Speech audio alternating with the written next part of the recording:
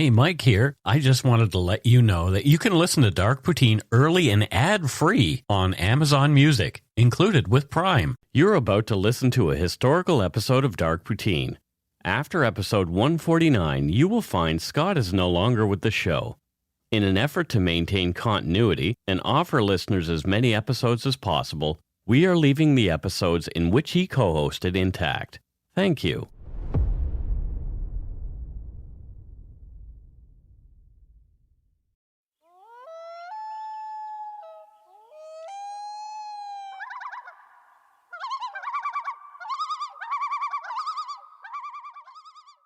Welcome to Dark Poutine. I'm Mike Brown, creator and host. With me, as usual, is my good friend and co-host Scott Hemingway. Say hello, Scott, from your bunker.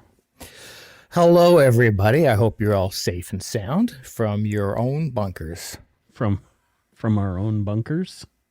Yeah, yes. Bunkers, you motherfunkers. Motherfunkin' bunkers.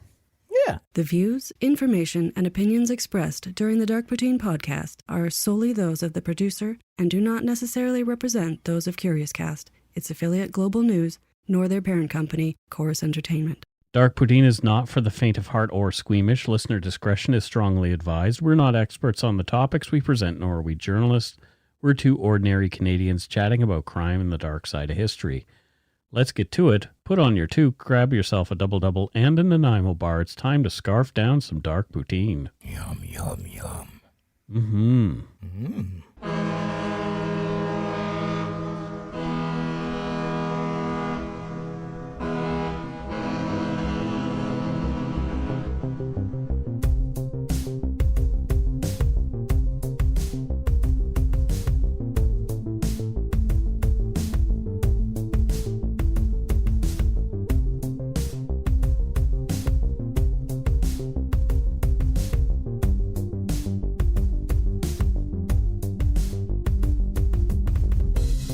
So what's new in the world, Scott?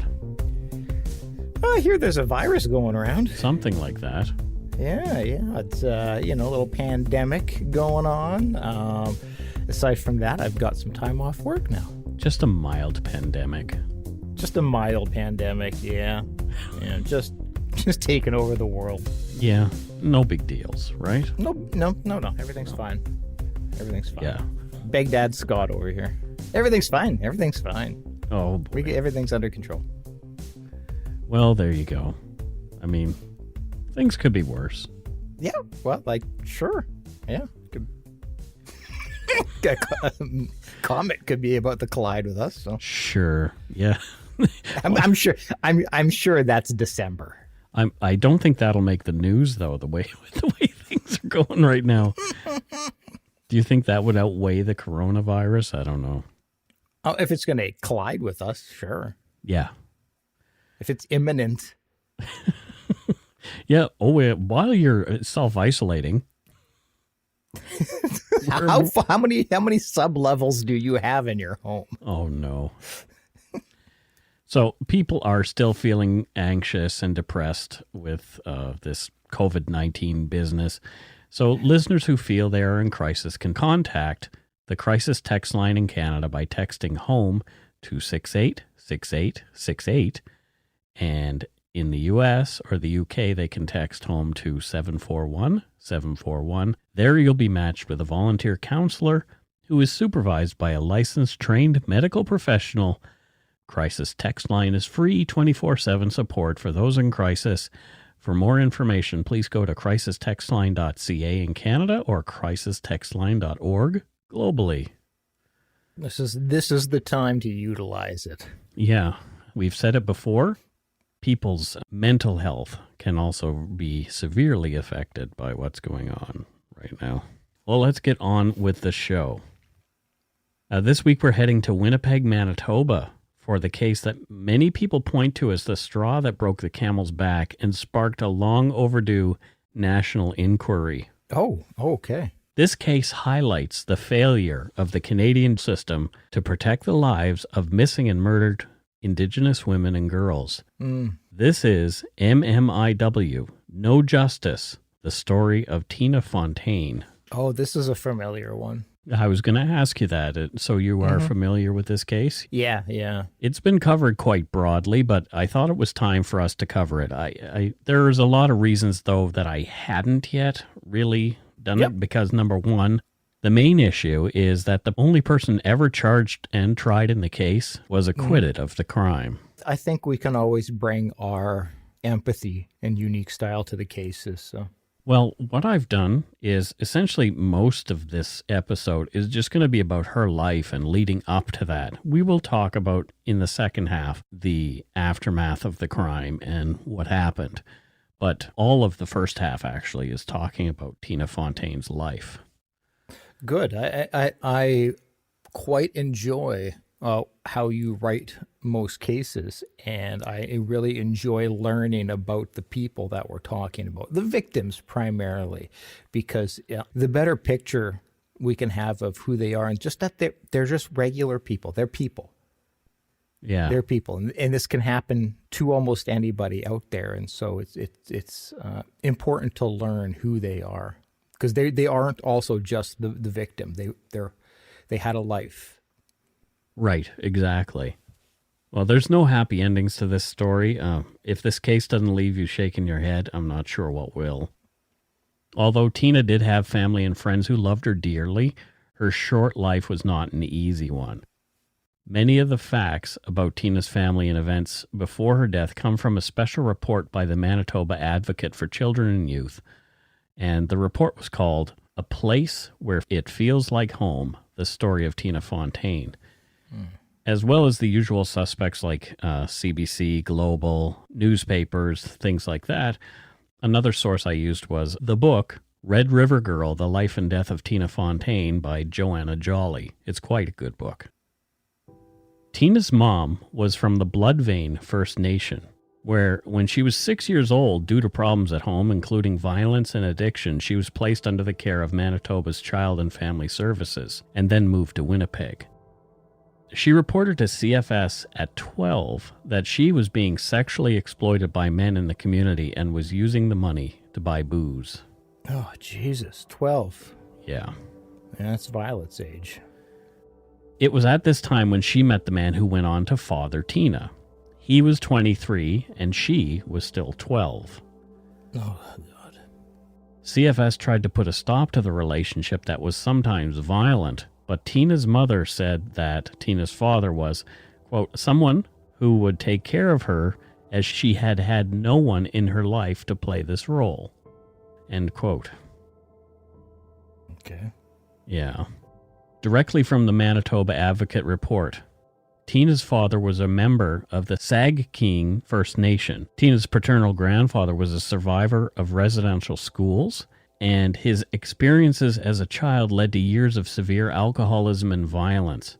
At the age of 12, Tina's father left Sag-King to move to Winnipeg, where he would often fend for himself on the streets. While in Winnipeg, Tina's father began to struggle with alcohol addiction. So far, pretty depressing. Yep, and covering some pretty goddamn dark periods in Canadian history already. When Tina Michelle Fontaine was born on January 1st, 1999, her mom, Valentina Tina Duck, was still only 17 years old and still in the care of the Children and Family Services in Manitoba. Her father, Eugene Fontaine, was 28.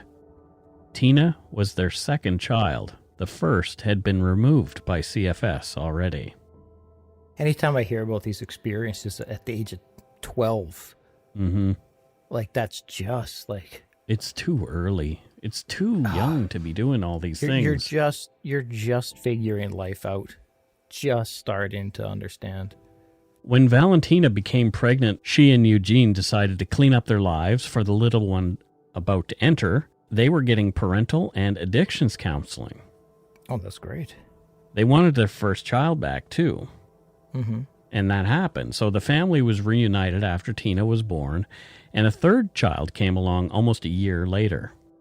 But the stresses of family life weighed on Tina's parents, and they both returned to addiction and were unable to care for their children effectively. Oh, shit. Tina and her younger sibling were temporarily placed under the care of CFS when she was just 2.5 years old. Okay. This whole situation seems so unstable because of addiction and... I know it's not a mystery to anybody the damage addiction does. Mm-hmm.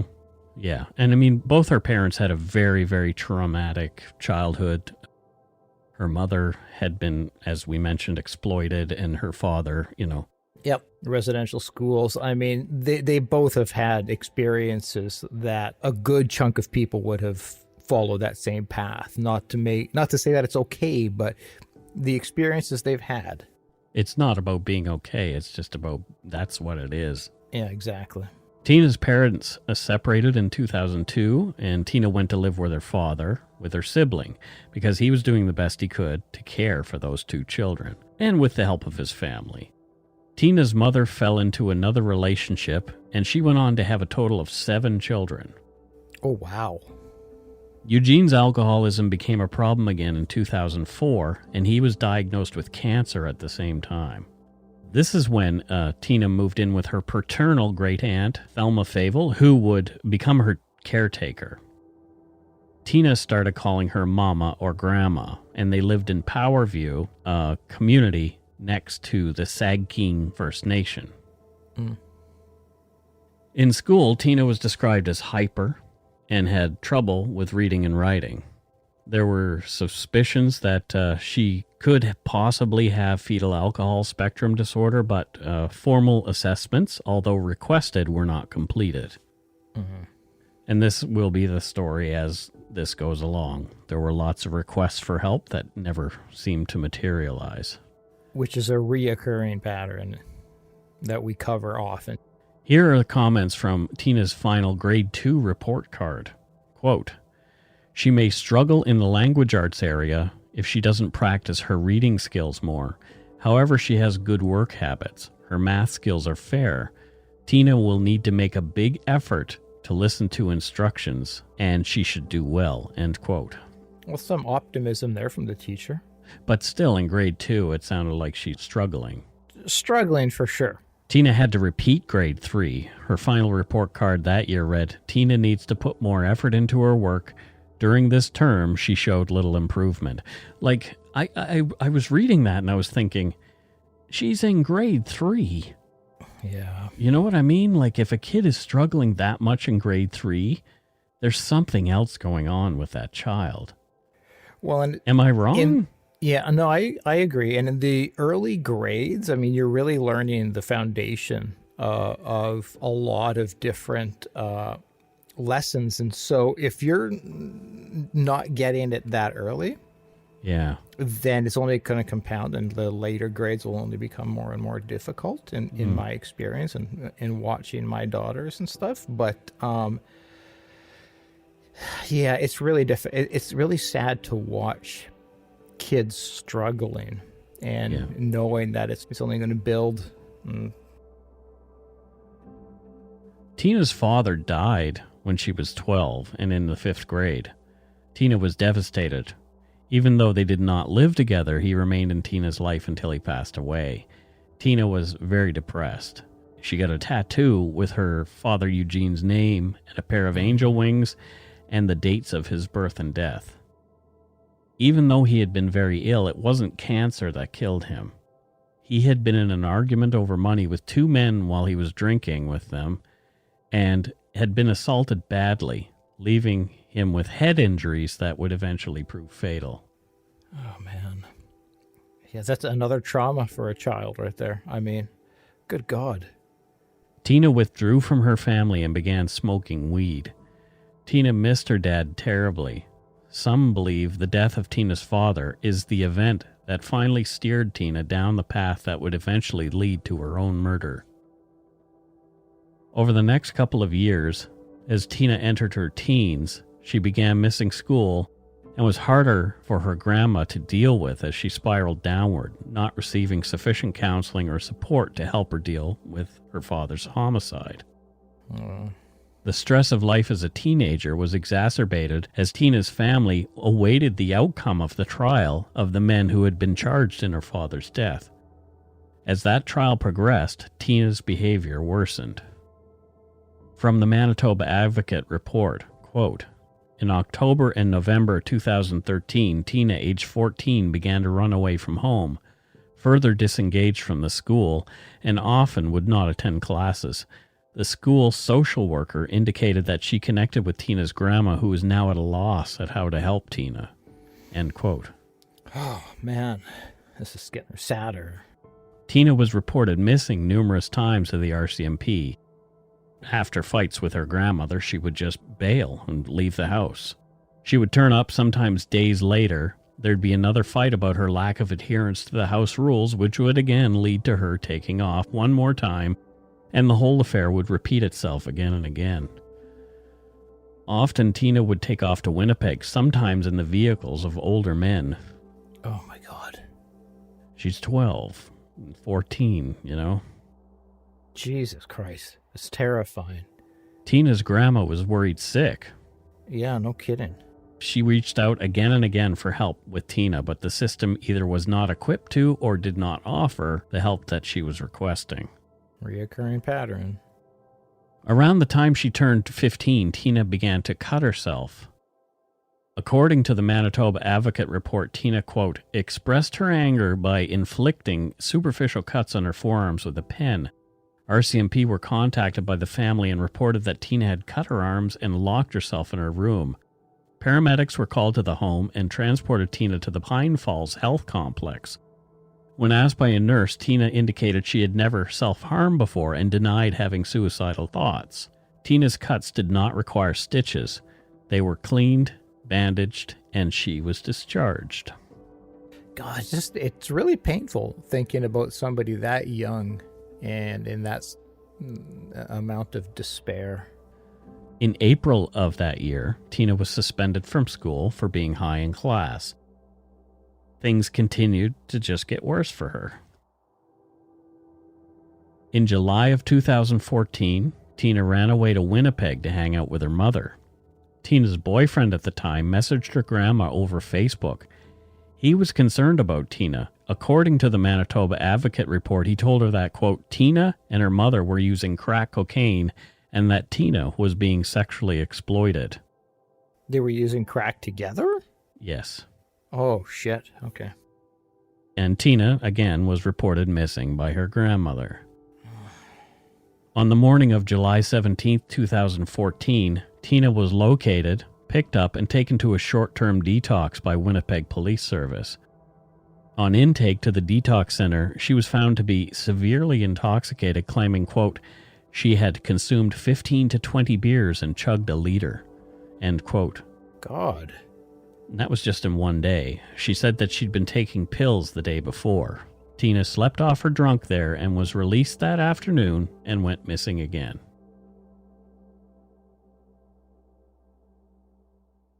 Over the next 3 weeks, Tina's grandma and CFS would report her missing numerous times, in and out of the youth shelter and other emergency placements.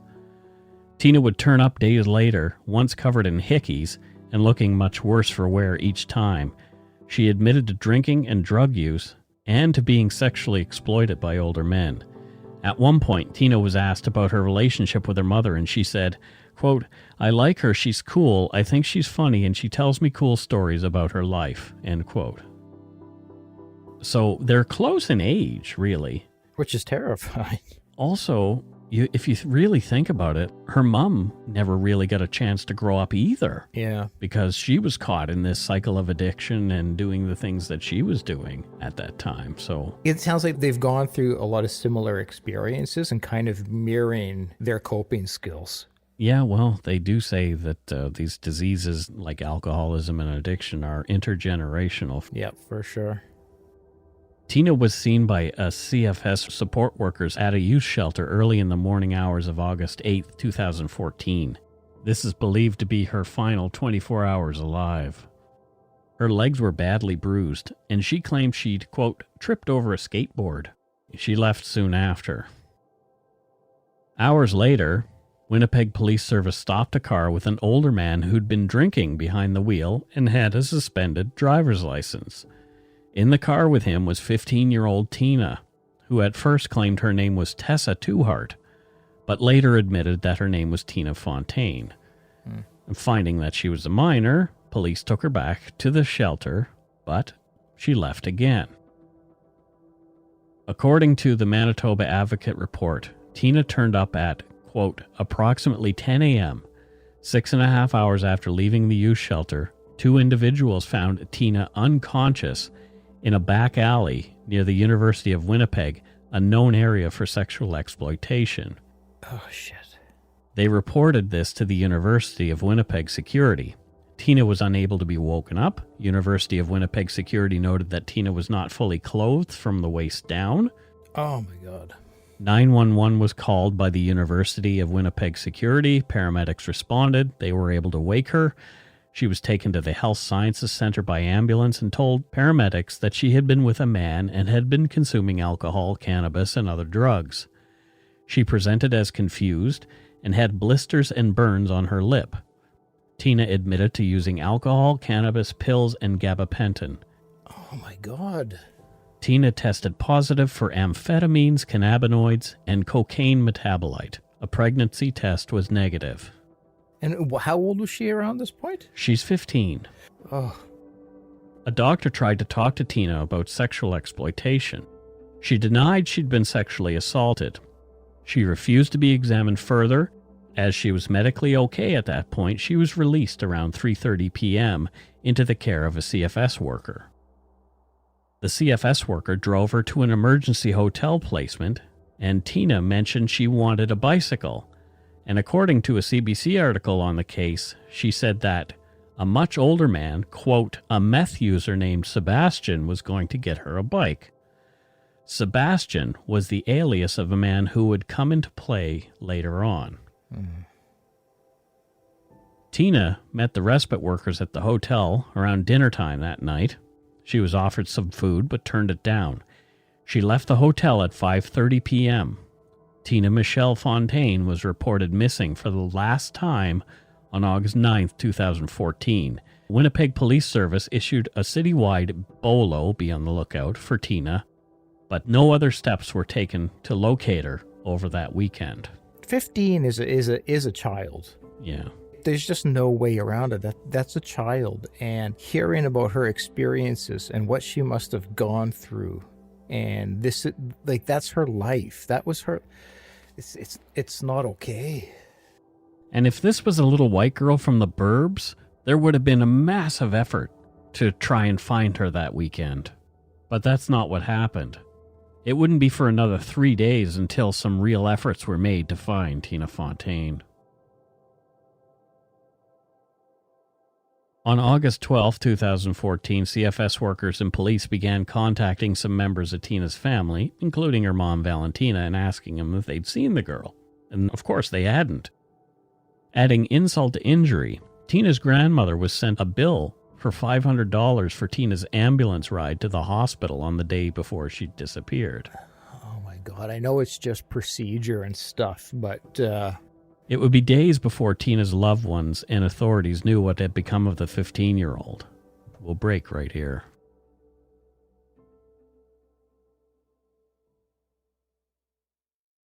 Yeah. Like, it's tough because there's so many things, I want to say in regards to, I wouldn't have let that happen with my kids and stuff, but it's so easy to say. I'm a fucking white guy, a white male in North America. Like, I didn't have the obstacles they had put in front of them, so I'm in no position to judge. Tina seemed to have fallen through the cracks. We're not social workers here, but, something tells me more could have been done to help this girl, surely. Yeah, absolutely. I don't know what specifically. Maybe placement in a foster home or something like that. But, maybe she just would have left. I don't know. The system needed to intervene much earlier. Mm-hmm. Because by this point, she's had a life of traumas. Her coping skills are so beyond healthy. Yeah. That it would take a lot. Not that it's impossible. So the system failed right from the get-go. On the morning of August 17, 2014, Winnipeg Police Service dive boats were searching for a local man who'd gone missing on the Red River 2 days prior. Another 2 locals, a man and his son, not connected to the police search, were going fishing near the Alexander docks that morning when they noticed a bundle floating in the water 4.5 meters from shore. Wrapped in a brown and green duvet, covered partially in a plastic bag, was what the men quickly realized was a small human body.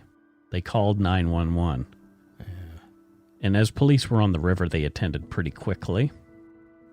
At 1:50 p.m., police and homicide investigators locked down the scene and brought the body ashore.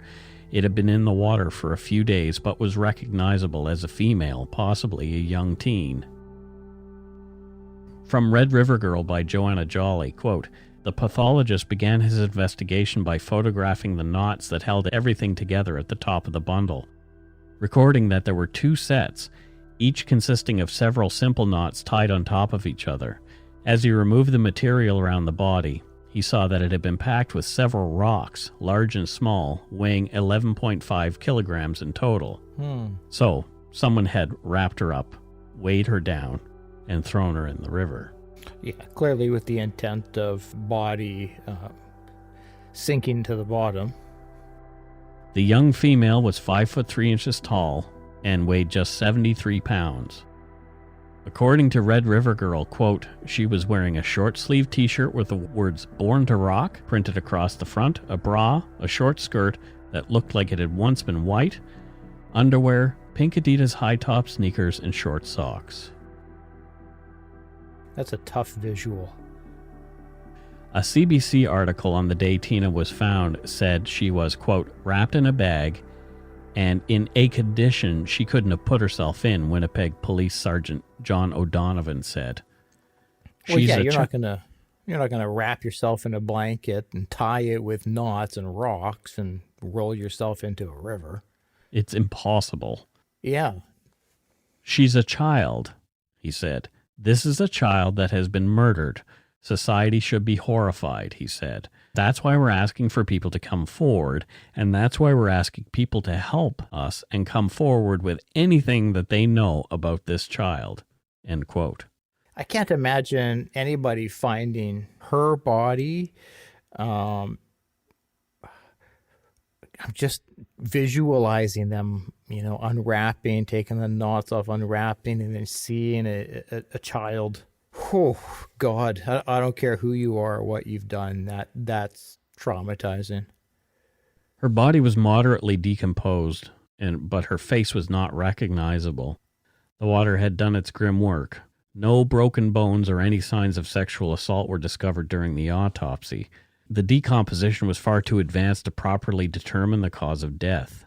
Although she had marijuana in her system, drugs were ruled out as the cause of the girl's demise. Between her shoulder blades, high up on the young girl's back, was a tattoo. It read, "Eugene Fontaine." Underneath that, 01/03/1970, 30/10/2011. That's about as specific as it gets. Yeah, it was definitely her. Tina's grandma, back in Powerview, had to find out about her death via a Facebook post. Yeah, that's not how you want to find out anything. Everything about how these poor families are dealt with, it's just so cold. Yeah, it really is. It really is. There's a book called Just Another Indian. And that's what I keep thinking about is the title of that book. Yeah. And it's meant to be shocking. It's like the whole system is just set up to think, oh, well, she was a problem child. She lived a, quote, high-risk lifestyle. It was just a matter of time before this happened to her. She was 15. I keep wanting to come to the defense of the officers a bit. In my head, I'm like, well, I'm sure that they weren't consciously thinking or consciously doing this or that. But again, kind of what I was talking to you about earlier is that's just not okay for me to say or think, because I'm a white male living in North America. I'm in no place. I haven't had to experience racism or prejudice from a police officer or anybody. So I'm really in no position to say, I'm sure they weren't, race didn't play a role. I'm in no position to say that. when you hear these cases and these examples, you can't think anything other than like these aren't just one-offs. No. These aren't one-offs. You hear it all the time. And do I think that they're sitting there twiddling their fingers going, aha, yes, let's not care about this one? No, but there's this systematic, instilled culture. Yeah, like I don't think they're doing the Snidely Whiplash, Exactly. twisting their mustache kind of thing. And, yeah. Yeah, I get what you're saying. There's this developed, progressive, like, oh, God, not this again, and it's just so it's easy to kind of dismiss. A 2-hour funeral service was held for Tina Fontaine on August 24th, 2014 in Sag King First Nation at St. Alexander Roman Catholic Church at 2 p.m. 200 people were there, and it was followed by a traditional feast. There were renewed calls for a national investigation to be held for murdered and missing Indigenous women and girls, but the Conservative government, headed up by our favorite person, Stephen Harper, continued its rejection of those calls at the time, saying it was, quote, unnecessary. As Tina died while in the custody of CFS, Manitoba's Office of the Children's Advocate began their review of the case right away. Police began receiving tips quickly, too, and they ran down each one. From Red River Girl, quote, a witness called to say she had overheard 2 black men talking about how they had killed a girl and needed to be careful not to say anything about it. An anonymous email told a similar story, but detectives couldn't confirm either account. O'Donovan added them to his growing file on the Kenyan and Nigerian, judging it was time to send the forensic team to their rooming house to search for traces of Tina's DNA, and they didn't find anything. Tina's boyfriend was a young Cree man named Cody Mason from St. Teresa Point. One night, sometime in mid-July, Tina and Cody were drinking on the street when they met a rough-looking man riding on a bicycle. He had a car muffler under his arm. The man told him his name was Sebastian. From CBC, Mason said that the man, quote, gave them drugs and took them to various houses. On August 6th, Mason flew back to St. Teresa Point, and Tina rode a bicycle to the house, upset that Mason had left. That same night, witnesses who had been at the house that Cody mentioned saw Tina and the man she knew as Sebastian arguing. Sebastian had sold Tina's bike to get high, and she was pissed. She left in a huff and called 911 to tell police about a truck that Sebastian had stolen and was keeping at the house. Here's a portion of the call that was obtained by CBC. August 6th, 2014, 22 hours, 18 minutes, 41 seconds. 911, what's the address of the emergency? Hey, I like to report a blue truck that was stolen earlier today. Okay, and do you know who stole it? This guy named Sebastian. Is it your truck? What? Is it your truck? No, he's my friend and he stole it earlier today. Okay, you need to call the police directly. Yeah. And when you get the recorded message, press 8. That'll take you directly to a person. Okay then. Okay. Okay. Bye. Bye. That was her voice. Yeah, that's, she sounded young and sweet. Like, if you listen to the tone of that voice, that was not an experienced person. No. 15, though. I mean, you're not experienced. She's probably way too experienced for that age. Yeah. But still, the basics of, do I call 911 to report a stolen car or the police department direct? Like, she wasn't argumentative. She wasn't pushy or just, okay, yeah, okay, I will. Looking through video at a hotel near where Tina had been staying, a police constable found footage of a dark blue truck matching the description that Tina had called in. From Red River Girl, the video recorded in the early morning hours of August 10th, this is the day that she had gone missing, showed a 2008 Ford F-150 drive into the parking lot of the hotel and stop. Quote, Its lights were turned off and the driver appeared to sit in the dark for some time. O'Donovan thought he could make out a faint light inside the truck as if a flashlight was being waved around. For 30 minutes, nothing happened, and then there was movement around the front passenger side. After this, the truck's headlights came on, and the truck accelerated away at speed, plowing straight over the sidewalk and the grass verge that separated the lot from the road. It seemed that whoever was driving wanted to get out of there as quickly as possible. Yeah. Interesting, right? And this timing matches up roughly to the time of her disappearance. Interesting that it just sat there for 30 minutes. Nothing really happening other than some light moving. So are they suspecting that she was in the vehicle at that point as well? Because they said movement in the passenger seat. Yep. Her body ends up in the water. Yep.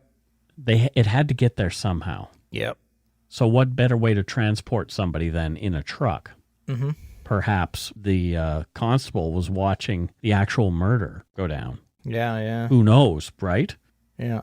Circumstantially, that may be what has happened. Yeah. However, we don't know for sure. Yeah, no definitive evidence indicating.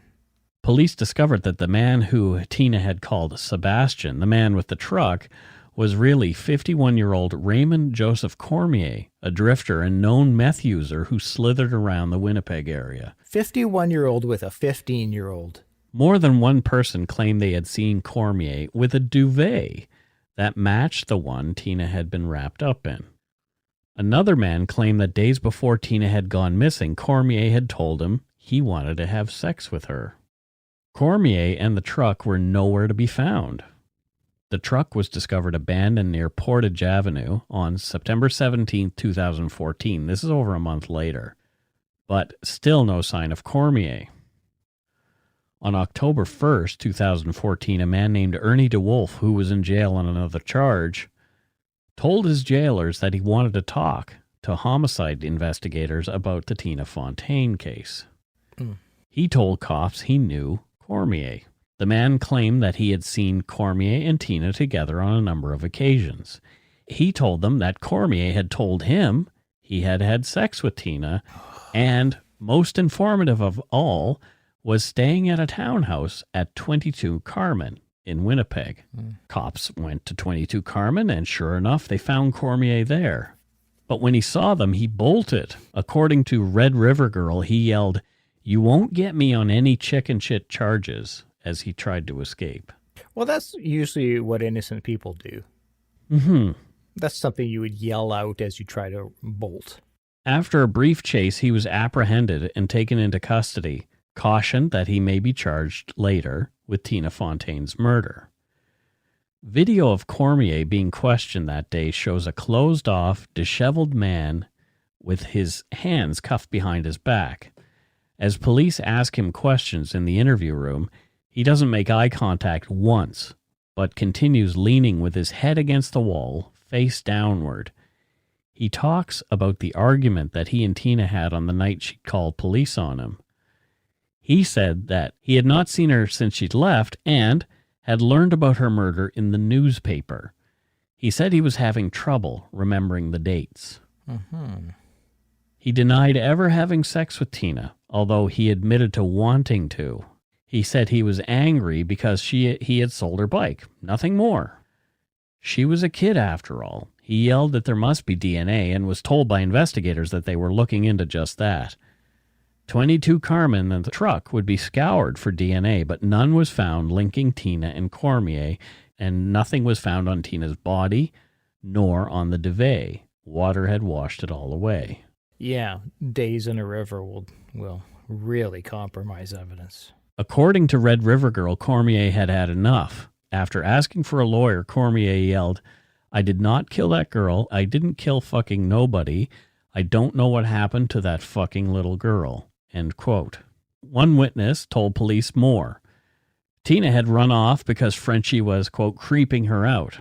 From Red River Girl, quote, "He tried to make it sound like a joke," she said, "but I saw him try to go for Tina's boobs and say, 'Just do me.' Tina moved out of his way, shouting, 'Fuck off, you know I'm only 16. But he just laughed. We all said, hey, she's just a baby, leave her alone. So there was a lot of people around in this house who were watching the way he was behaving toward her. Yeah. Cormier would later go on to say that someone in jail had told him that the leader of a local bike gang had killed Tina because she owed him $250 for coke. Mm-hmm. Sure. Cormier was released for lack of evidence, but police kept close tabs on him. He was suspect number one in Tina's murder. Yeah. In December 2014, months after Tina was gone, Jonathan Starr and Nicholas Abraham had pled guilty to manslaughter in the death of Eugene Fontaine, Tina's dad.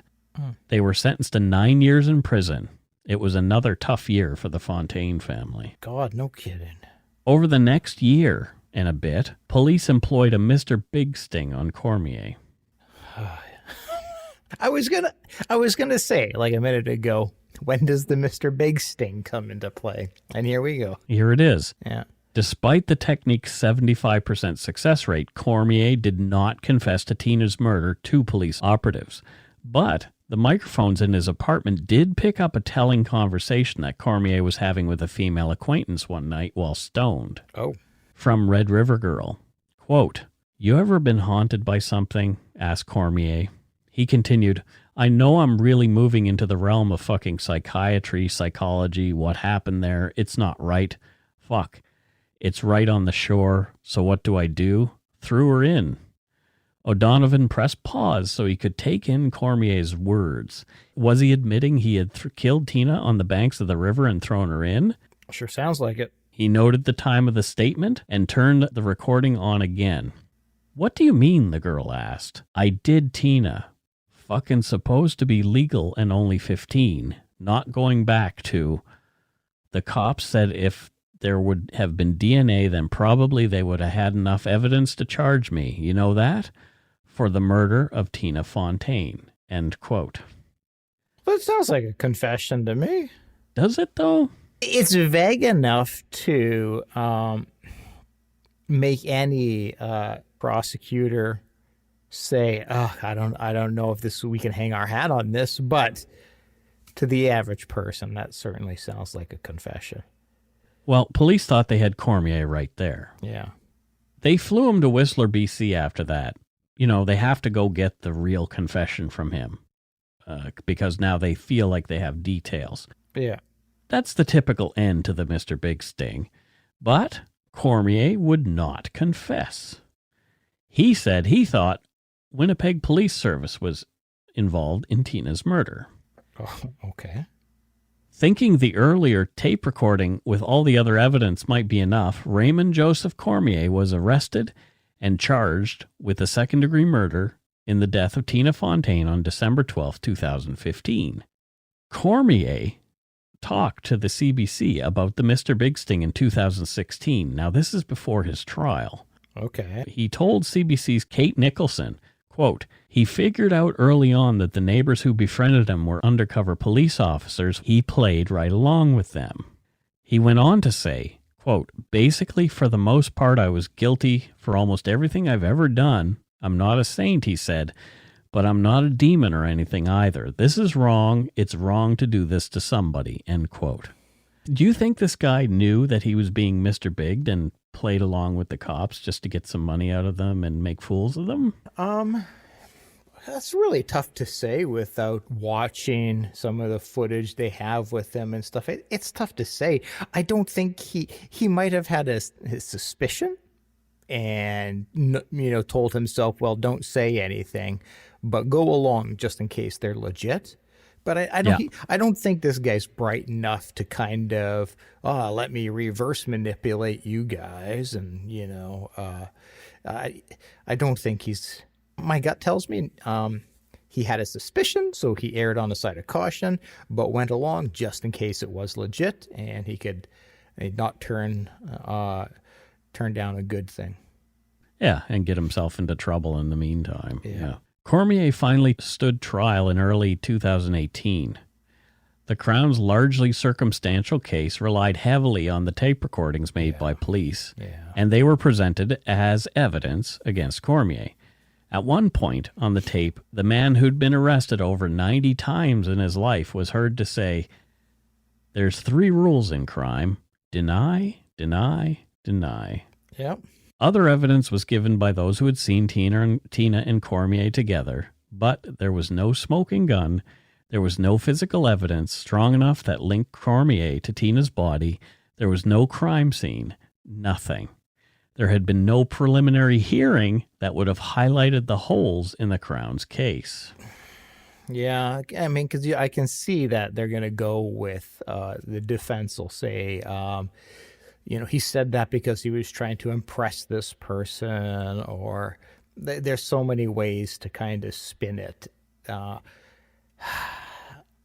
Yeah. Well, it's on the Crown to prove beyond a reasonable doubt whether or not he did anything. Well, that's what I'm saying. Like, I don't think I would have tried to go and take this to prosecute yet. But it's easy for me to say. I mean, I'm not a lawyer. I'm not a prosecutor. But it seems like I wouldn't. Hearing what they had, I'm not sitting here thinking like, yeah, you got this guy. Yeah, you're right on the money there. The outcome was not what Tina's family had hoped for. Yeah. Here's a Global News report on the outcome. Not once do our people ever get justice.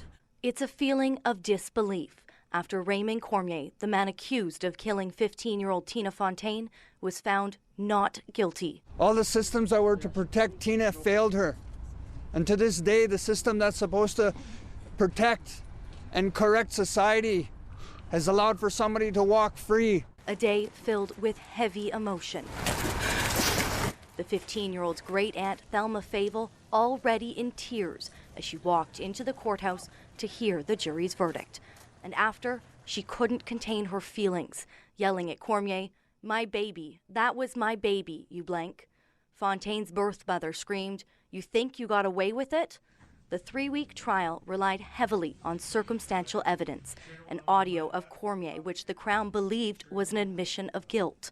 But there was no forensic or DNA evidence linking the 56-year-old to Fontaine's death. Yes, we're upset. We're upset with the system. This murder is a clear example of how the CFS system, the Winnipeg police, and society has let us down again. After spending more than 2 years behind bars, Cormier is now a free man. Brittany Greenslade, Global News. Yep. Winnipeg Mayor Brian Bowman said in a statement that his thoughts were with the Fontaines and with members of the Sagkeeng First Nation. Quote, "Winnipegan Canadians may have different views on today's outcome in the case. I think it's important, however, to be mindful that for many people, today is a day marked by grief, anger, and broken hearts," read the statement. "No one can be blind to the racial tensions in our country." End quote. Yep, true. Tina's family was the way they were because of what they had been through. Mm-hmm. Just because Tina was where she was, doing the things she was doing, she did not deserve to die. 100%. She did not. Yeah. It all starts with trauma. Yeah, that's exactly what I was going to say. The root of all that substance abuse is trauma. It's flawed coping. Mm-hmm.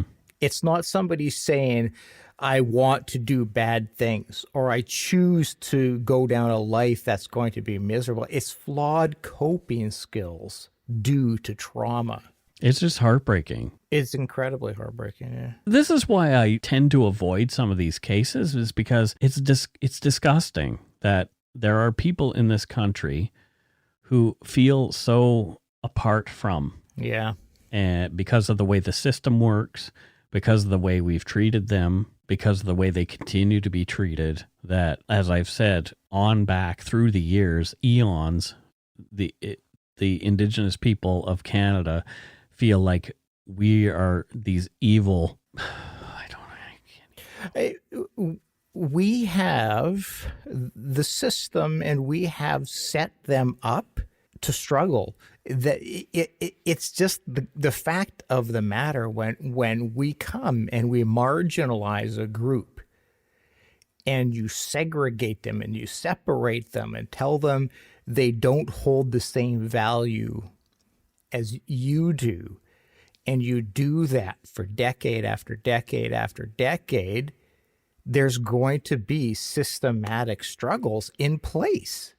But how does this get fixed, right? Like, this is what I think is like, how can, we tell these stories and be a part of the solution rather than being part of the problem? Well, the struggle is the second you try to put in place measures to reverse it. If we look at the states and we look at affirmative action, which was a step to try to offset a lot of these things, the white people start flipping tables and get defensive. And so it's the second you start to take steps, like the way to offset this is to give them some advantages, is to give them some steps ahead to make up for the miles we've been running ahead of them. And the second you do that, then people start to get upset and defensive and fight back, and it's just disgusting. We've got to get to a place where we're okay saying, yeah, you know what? We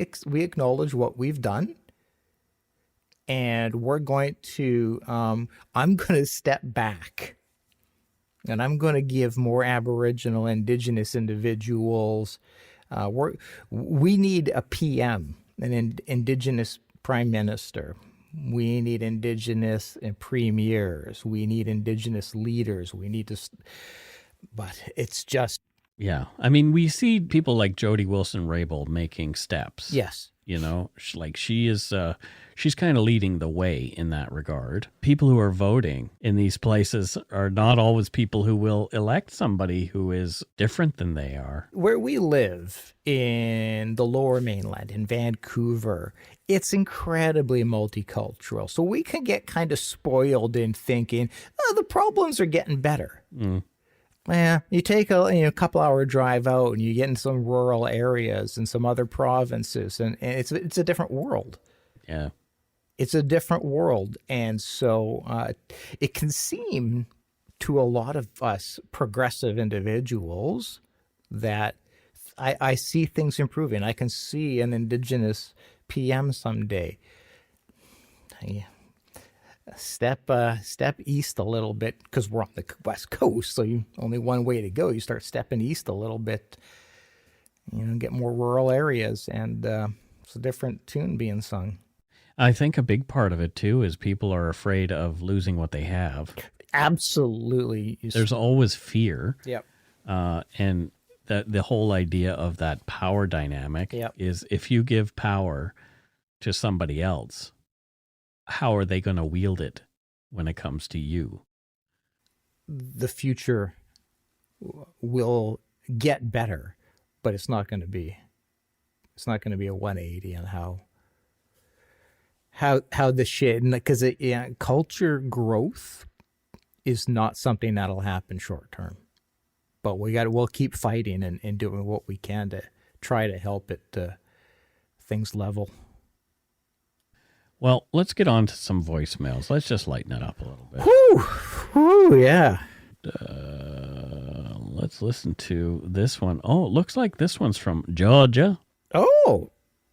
Georgia, like Macon, Georgia. Let's have a peek. Hi, this is Laura in Macon, Georgia. I've been listening to you guys for almost a year now, and y'all were actually the second podcast I have ever started listening to. I just wanted to thank you guys for the hours and hours of entertainment that you create, and also for the Yumber Yard that is just filled with extraordinary people that are really, really supportive of each other.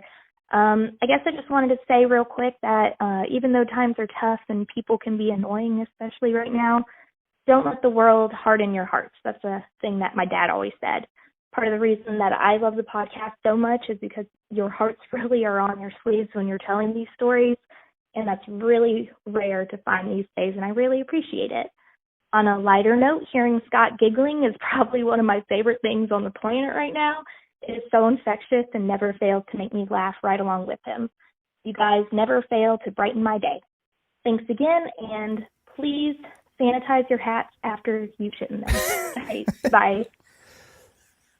Please sanitize our hats after we shit in them. Okay. That's fantastic. That was thank you, Laura. That was the voicemail we needed after this episode. That's just so sweet. And I swear to God, Atlanta, Georgia is one of my favorite places. I want to spend more time there. When I was there, it was just in and out, and I just loved every second of it, and I'd love to go back. It was such a great place. Hello, baby. That was just, hey, babies. Oh, my goodness. Here's one from somebody here in British Columbia. Let's have a peek. Hi, my name's Mackenzie. I'm from Nanaimo, BC, and I really enjoy your podcast. It's the highlight of my day. I actually discovered your podcast while I was in Riverview Mental Hospital that recently reopened. I was in the the mental health. What is it called? Sorry, the Maple Mental Treatment for Adolescents. And yeah, I'd like to hear your thoughts about the recently reopened hospital.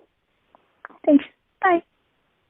Oh, thank you so much for the message and sharing. Yeah, well, thanks, Mackenzie. Mackenzie says she's from Nanaimo. It's interesting that they have reopened, and I think that's a good thing. I think that having parts of Riverview reopen for mental health is awesome, because honestly, there's not enough focus on people's psychological health anymore. It's so crazy too, because we've never been more aware as a society and as a culture the impact of mental health, but yet there's still so little in place to actually support it. And I'm not all that up to date with how much Riverview has reopened and stuff, but yeah, just like you said, Mike, like the more support and places we have for people to go to seek mental health treatment, I'm 100% on board with. Yeah. And as somebody who has received treatment in an inpatient way, I think it is a fantastic thing. Yeah. It definitely did help me. I believe it saved my life at the time. So, yeah, I'm all for more of that. I mean, I realize that it's expensive, and it's one of those things that how long do you keep somebody, and about the whole idea of voluntary versus involuntary treatment is a very gray area now, especially with our Charter of Rights and Freedoms and that kind of thing. So I think BC is making steps in the right direction by having more mental health beds, for sure. Absolutely. Absolutely. And thank you, Mackenzie, for bringing that up and asking us. Here's one from Ontario. Hey, guys. So, it's 8 o'clock in the morning. I'm in Ontario, in Gravenhurst. Pretty touristy town. My name's Kat. I really like you guys. You're pretty awesome. I'm just enjoying my morning coffee, having a wake and bake, if you will, and decided I should maybe just give you a call and say, hey, guys, what's up? You guys are pretty rad. You make my day a shit ton better. I'm dealing with some hardcore postpartum right now, and it really sucks. So when you guys mentioned that you've dealt with some depression, it's kind of nice to know that, I know you're not dealing with postpartum, but it's nice to know that other people like to speak about it, because I do like to speak about it. So it's nice to know that I'm really not the only one. Anyway, take care. Keep your distance from people. Don't talk to anybody. Have fun in the corona apocalypse. Peace, love, smiles, and hopefully I get to meet you in person someday. Cool, dude. Have a nice day, man. Rad. Thanks, Kat from Gravenhurst, Ontario. I'm really loving that people associate us with mental health. But I genuinely mean that, because it needs to be talked about more. Yeah. You know, and so if we're able, too bad our mental health is so poor. Yeah. But it's like we get it. We've both been fucked up with depression. I can't begin to explain how long and how bad my bout was, and so it's went for years. Well, I mean, it's my whole life, but then I broke for years and couldn't work for years, and like it's just I get it, and so I'm glad that people were able to help some people in any capacity. Me too. Yeah. Yeah, especially right now. Things are tough. Like things have been tough for me for the past couple of days. I gotta own up to it. I've been kind of having a little bit of a rough time, but I'm going out for walks. That seems to be the best thing for my mental health, is to go out and get some fresh air. So that's been helping. I've been walking over 4 kilometers a day. Oh, good for you, man. That's awesome. Yeah. So I'm gonna keep that up, but yeah. One of the worst things for mental health is isolation. And so the challenge is we're forced into isolation currently. And so for people already struggling, it can be equally difficult. So you reach out and talk to people, utilize the technology that's there. If you can't go and be with somebody, message them, call them. You know, you got to utilize what's there in this very challenging time. 100%. All right, let's move on from voicemails. Those were some really sort of thoughtful voicemails this week. Yeah. Thank you very much to all of our voicemail participants. Don't forget, if you want to send us a message, our phone number can be found at darkpoutine.com/contact, or you can just call 1-877-327-5786 or 1-877-DARKPTN, Dark Poutine. So, yeah, let's move on to Patreon shout-outs. Oh, yeah. We're going to shout at patrons. God damn it! No, the first thing I want to say is thank you. A lot of people responded in the positive for us to keep going as far as whether or not to pause our Patreon, and the votes were 95% to 5%. Wow. To keep going. So wow, that's a pretty resounding yes. Yeah.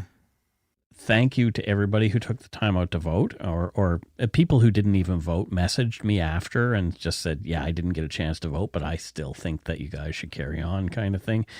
And what I've done is there were 8 people who have they felt we should pause, and I thought, why are they feeling this way? And I realized maybe it's because they're struggling. Yep. So what I've done, I've just refunded them last month's money. Oh, wow. They will see within a few days the money return on their credit card. It's not a big thing. Yeah. But I'm sure if they felt that it was something that they couldn't manage this month, they won't have to. That was really kind of you.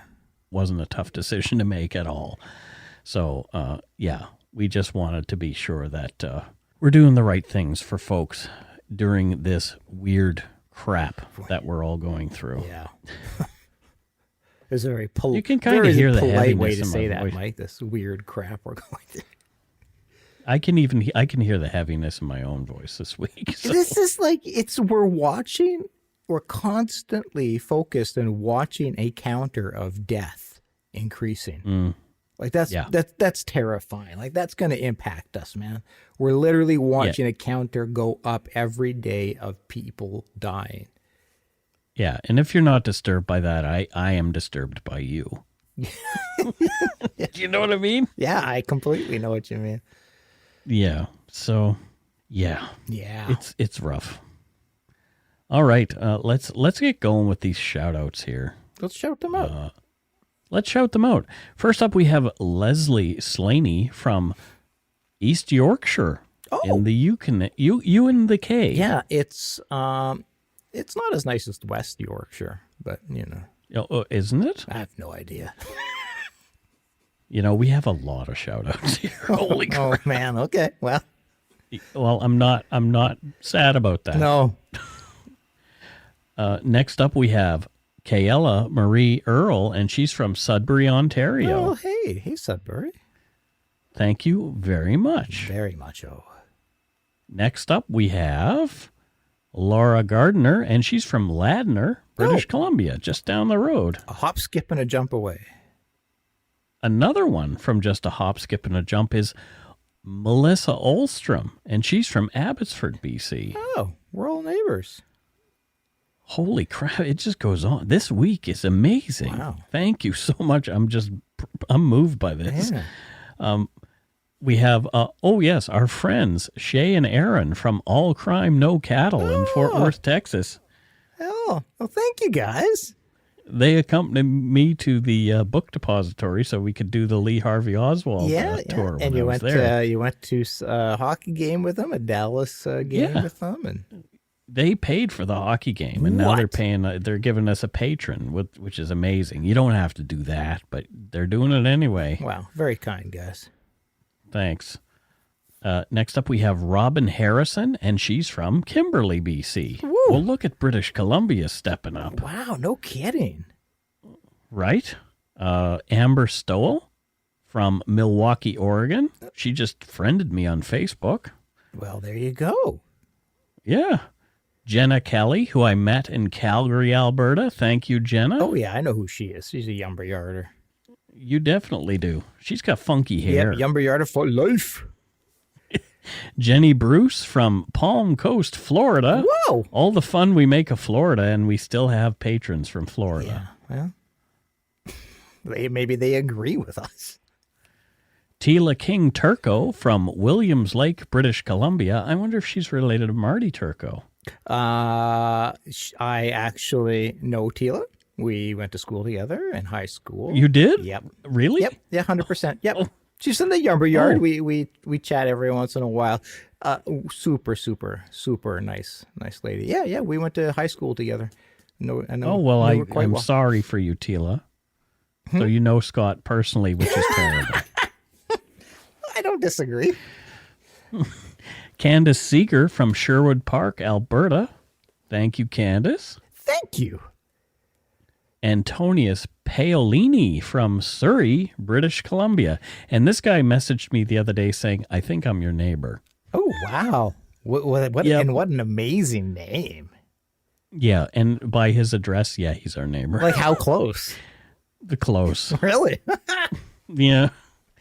Allison McCauley is from York, Ontario. Wow. Thank you, Allison. Thank you, Allison. Nicole Langdon is from St. John's, Newfoundland. Lots of Canadians here this week. Thank you so much. Representing. Sam McCorston from North Vancouver, British Columbia. Oh, well, there we go. Little North Van. North Van. Jesse Griffin from Seminole, Florida. Thank you, Jesse. Another Floridian. Another Floridian. Lisa Davis from Reading, England, upped her pledge. Well, thank you. Thank you. I don't know if I could live there. Right? Because of the reading part. Our friend Nicole Brennan from Coquitlam, British Columbia, upped her pledge as well. Thank you, Nicole. This is blowing me away. Yeah. Nikki Dykema from Duncan, British Columbia, upped her pledge. A lovely place. It's amazing. Yeah. At the world's largest hockey stick. Yep, it's true. Genevieve Richard from Dieppe, New Brunswick. Well, thank you, Genevieve. Muchos gracias. Stephanie Charisse LeBlanc from Devonshire, from Coquitlam, British Columbia. Oh, man. So much BC. Right? Aaron Murray from La Habra, California. Oh, US and A.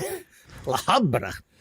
Is that where La Habra. The Chupacabra live in La Habra? It was Chupacabra in La Habra. I guess so. Sarah Cyril from Portland, Texas. I didn't think there was a Portland in Texas. I didn't know that. I thought it was only Oregon or Maine. They should really there should only be one city name allowed. Like you can't, because like Vancouver, Washington, they need to change it. That's befuddling. Especially they're so close to us. Right? Julie Essen from Reston, Virginia, upped her pledge. Thank you, Julie. Was it Julie? Yeah. Oh, thank you, Julie. You guys are amazing. Here's Vicky Ansley. Now, I don't know where Vicky's from. Oh, Northampton. Uh-huh. Yep. Northampton in the Hamptons. What? We've had people from the Hamptons. Come on. Oh, have we? Oh, yeah, we recently did. Yeah. Oh, that's why I got confused. Yeah, Okay. Yeah, she's actually, you said Nikki, right? Vicky. Yeah. With 2 Ks. Yeah, from Fort St. John. Oh, okay. Yep. British Columbia. Yeah, Fort St. John, British Columbia. Yep. What does she do up there in the fort?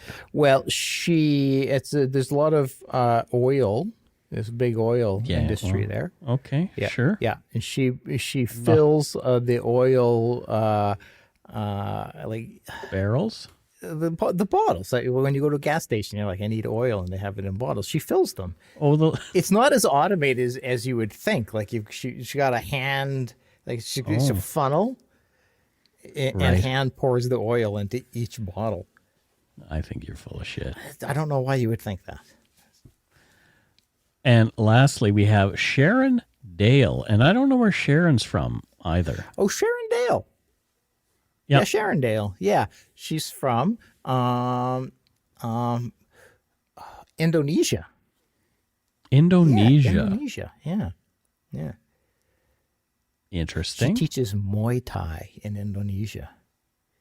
Haven't we had a Muay Thai teacher from Indonesia before? Well, they're quite popular. I think you keep repeating yourself here, Scott. You got to be more creative, my friend. I don't have Mike. I don't have my globe. I'm not there.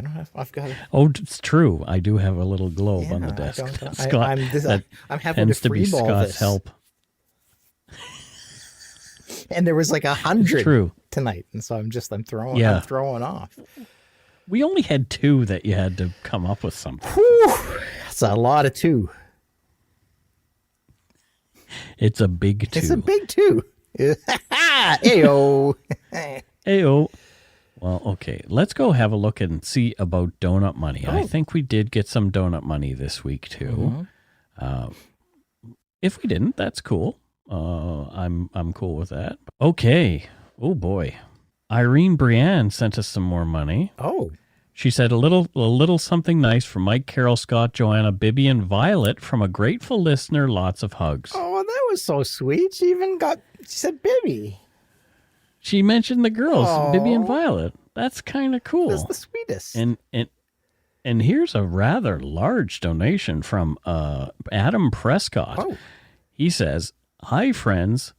Hope all is well and that this donut money coming from your way from Wisconsin helps in these uncharted times. I'm a longtime fan and appreciate you two more than you can know. I'm a police officer, insert donut money joke, and am appreciative of your focus on survivors, victims, your tact, and your perfectly timed and perfectly dark humor. Your take on things often reminds me of why I got in this line of work in the first place. Even in this wild time of social distancing, we find ways to connect with one another. Dark Poutine and the community you've built around it, that connection that many are looking for. Your impact reaches further than you realize. Kudos and keep doing what you're doing. AP." Oh, are people trying to make us cry? Because I'm going to cry. I don't know. Well, like this, people are being so sweet. So thank you very much, Adam. We really appreciate that. Like, that means a lot to us. Yeah, seriously. Just your note means a lot. Yeah. And you've sent us more. You sent us a good sized donation too. So thank you very much. Yeah, thank you, Adam. Seriously, that's beautiful. So thanks to our patrons, past and present, for your pledges. We really appreciate your support of the show. That's a lot of P's, a lot of P alliterations.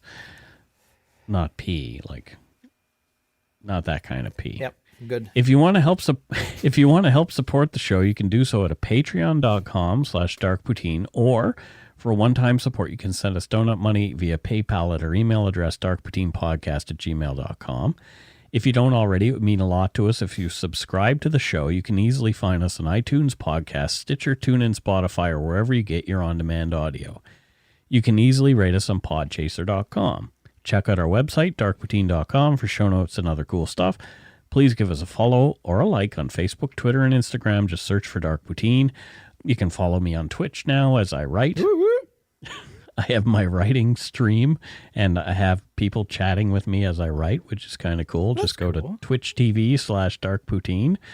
And we're going to do some more live stream stuff with our Zoom room. So we're going to have some fun.